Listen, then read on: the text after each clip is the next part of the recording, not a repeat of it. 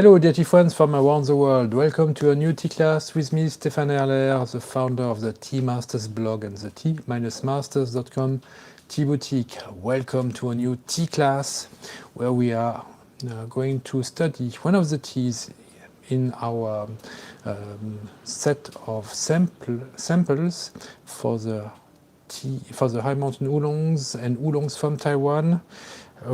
This tea, I had the inspiration this week because I went to one of these plantations in this area. It is a Baozhong. Actually, I even purchased 2 new Baozhongs from this winter and a Bilochun, a green tea from Sanxia. So this gave me the idea that after studying several high mountain oolongs from Alishan and from Shaninxi, we should also go back to our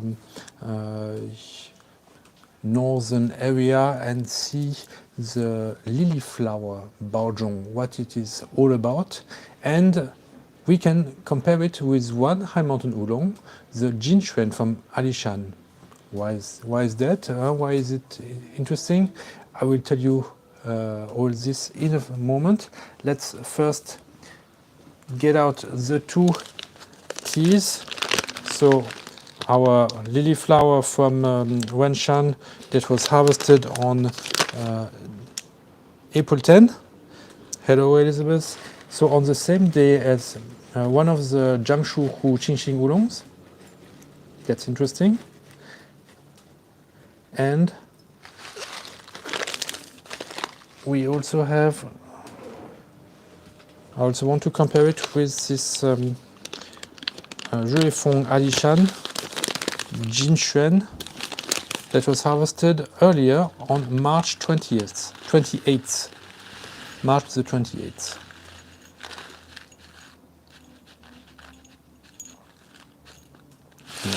So first big difference is the leaf shape. We can see the Baozhong are almost straight, large leaves that are striped or looking like a dragon, like a snake. This is a good example. And from the leaf shape, we can see that it's very similar to Yancha, to Hui tea, but because it's made in Taiwan, they did not call it Yancha, they call it Baozhong. Now, this was a term that was coined in the 1860s. The very first tea called Baozhong came from a plantation in Nangang. Nangang is now an MRT station in Taipei, but at that time they had no MRT. It was, and the city was not as far developed. The city started in the west. Nangang is really very far in the east now in the city. At that time it was really complete countryside, and the plantation was a little bit in the hill. So if you go to Nangang now with the MRT, you still will not see the plantations. You still have to go a little bit further to find the original plantations of Baozhong. Baozhong actually is simply to put the leaves in the middle of a sheet of paper and fold it. That means folded or packaged in the middle. That's where the name Baozhong comes from the way it was packaged in a sheet of paper, folded so that it would become like a box, but made of paper. Very artistically and cleverly folded. I'm very, how you say, not good at this kind of manual work, so I will not be able to demonstrate how it was made. But it's interesting to know that the name does not come from a cultivar. It does not come from a flower like in Hui. Well, that's a lesson we saw this semester. That the name of lots of cultivars in Hui come from flowers, from their smell. No, that does not even come from the shape. Oolong, the black dragon, it's not from the shape. it comes from the way it is packaged. Now I have already preheated my Gaiwan. Let's empty them so that we can start to brew the two teas in at the same time.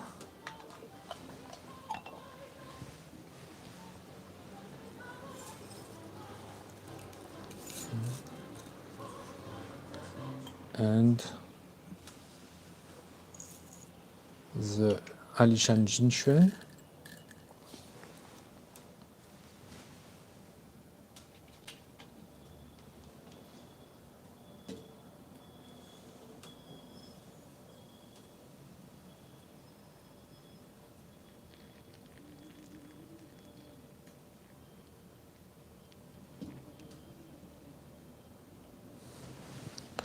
Okay.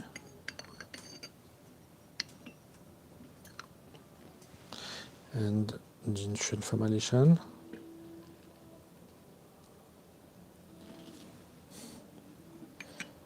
Et voilà.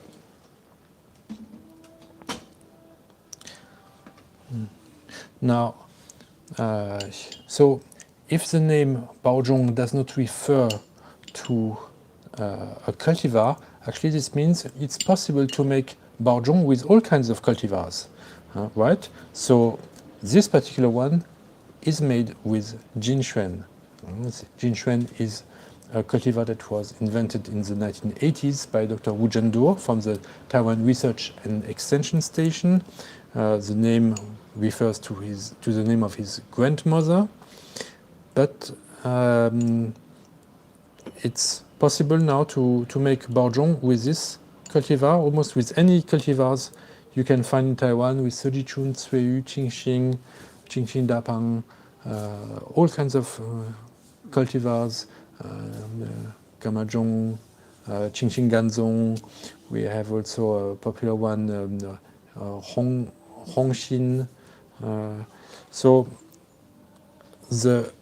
what is important is in the 1860s, Baozhong was very close to Wui. It was also low to medium, like 20-30% oxidation, and then roasted.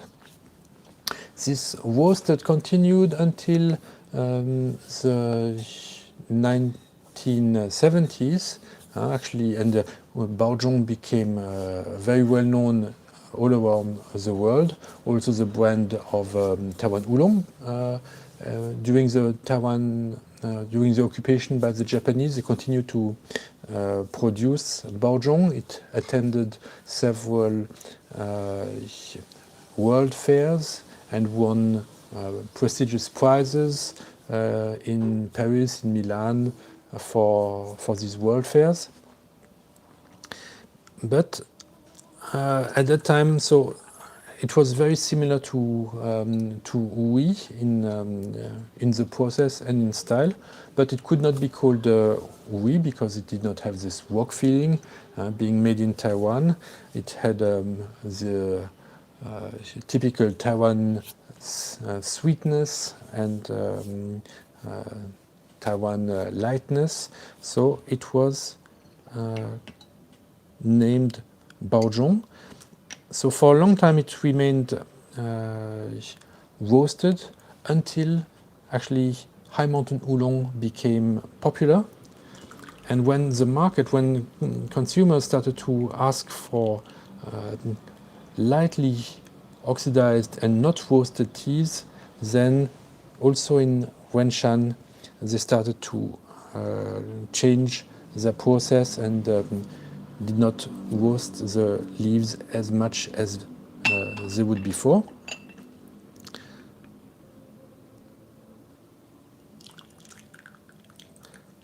Okay, here we go, and we can compare both the Jinxuan from Alishan and this lily flower Baozhong, which is a Baozhong made with Jinxuan leaves, both from spring. We can see the color actually from the High Mountain Alishan Jinxuan is lighter, greener, so fresher, less oxidized than the color from our lily flower Baozhong. So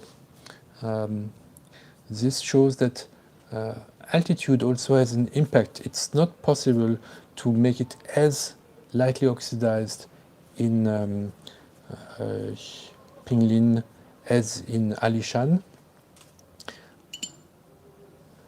And we'll see also if there are other differences in taste.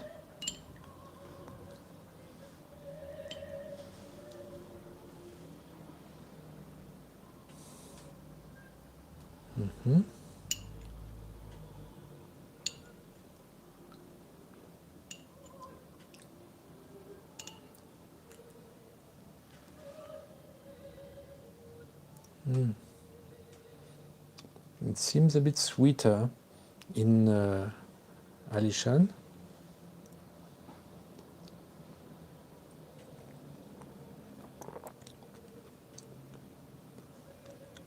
Okay.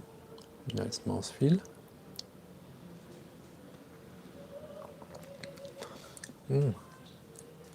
Now, both are very sweet and soft. The Alishan Jinxuan maybe has a even more mellowness. No, it's even more floral feeling than the lily flower Baozhong. And of course, the leaves are very different. The leaves can be very large. Oops. And there are several leaves together on the stem for Alishan Jinxuan, but for the Jinxuan Baozhong, a very large leaf, but it's single. There's no, you see much fewer stems, and if there's a stem, there's only one leaf attached to it. So that's also a big difference, that Baozhong is really one leaf at a time, and there are several leaves for the high mountain oolong. This is something we've seen before. So even though they look much smaller when they are rolled, actually they have more than one leaf at a time, and these large striped leaves that take a lot of space, actually it's only one leaf at a time. Now, and what is interesting to see is how high mountain oolong has influenced Baozhong, becoming lighter, less oxidized, and not roasted anymore. But when we taste more carefully, we still find that there is a more woody aroma attached to, and a little bit citrus, lemony taste that comes with Baozhong, and that you don't find in the Alishan Jinxuan. This one is maybe a little bit more simple. It is more direct, more powerful. It's there. The Baozhong has a little bit more nuance, more details, and this additional sense of citrus and wood together with this light fragrance of flowers. For this Jinxuan, just yesterday I had a tasting with two customers, friends from Romania, and when one of them tasted this Alishan Jinxuan, she said, "Oh, I feel a smell of milk." So for her it felt really like a milky oolong, and yes, indeed, This is also one of the first names of Jinxuan, milky oolong. However, we have to be careful. In many cases, it's artificial aroma that is added to Jinxuan that gives this very strong milky aroma. But here in this case, it is still more faint, and because it is completely natural. It's not an artificial aroma. So I think it's a very interesting comparison of these two teas. We learn about Baozhong. It started in Nangang in 1860. After the Second World War, when Taipei and Taiwan industrialized, the plantations around Taipei gradually closed down when in the places where the city became grew and where industries settled. So a lot of plantations actually moved to Pinglin, which is a more preserved area because it's also home to the water reservoir for south of Taipei. And we also have an interesting place in Sanxia, because after the Second World War, Chiang Kai-shek's army and generals, many of them came from the north of China, and they were not used to drink oolong. They were used to drink green tea. And Taiwan being much more oolong country, they approached the farmers in Sanxia, and they were able to make bilochun, a bit of longjing also, but bilochun is really the tea that succeeded the most, just to satisfy their need for and their longing of green tea like in China, because for over 30 years there were no direct links between Taiwan and China. It was even illegal to import products from China, even over third countries. So in order to quench the thirst for green tea, farmers in Sanxia made this Sanxia Bilochun first for the generals, and then in the 1980s, when the Taiwan economy really got a lift from exports and industrialization, then the civilians also could start to enjoy the good life of drinking good tea, good bilochun or oolongs, in Baozhongs.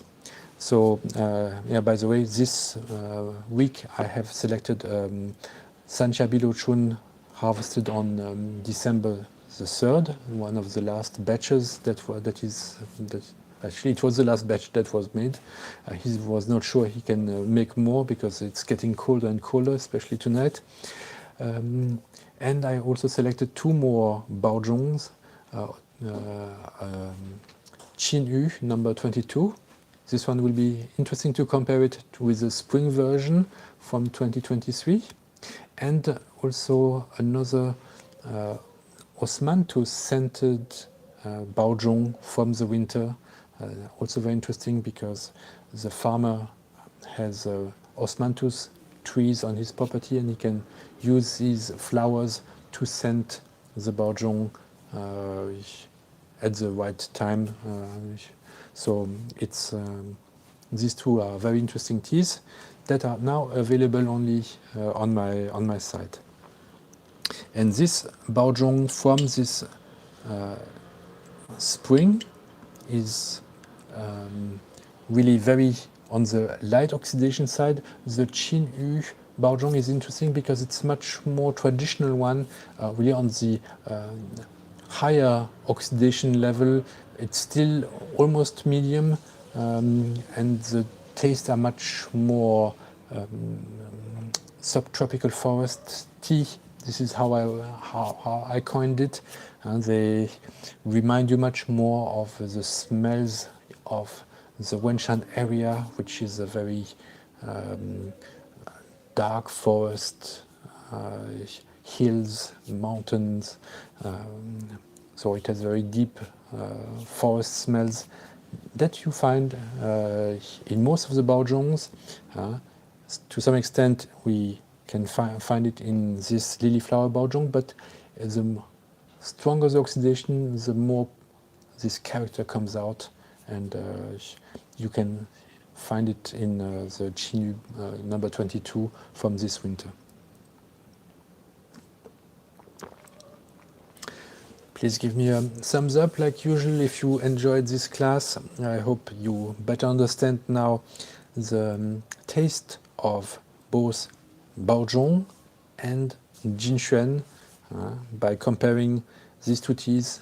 This really is the two teas teach us how the cultivar tastes. This is what these two teas have in common, and what these two teas are different at is the terroir, the sweetness power of Alishan, and this maybe more citrus, woody smells of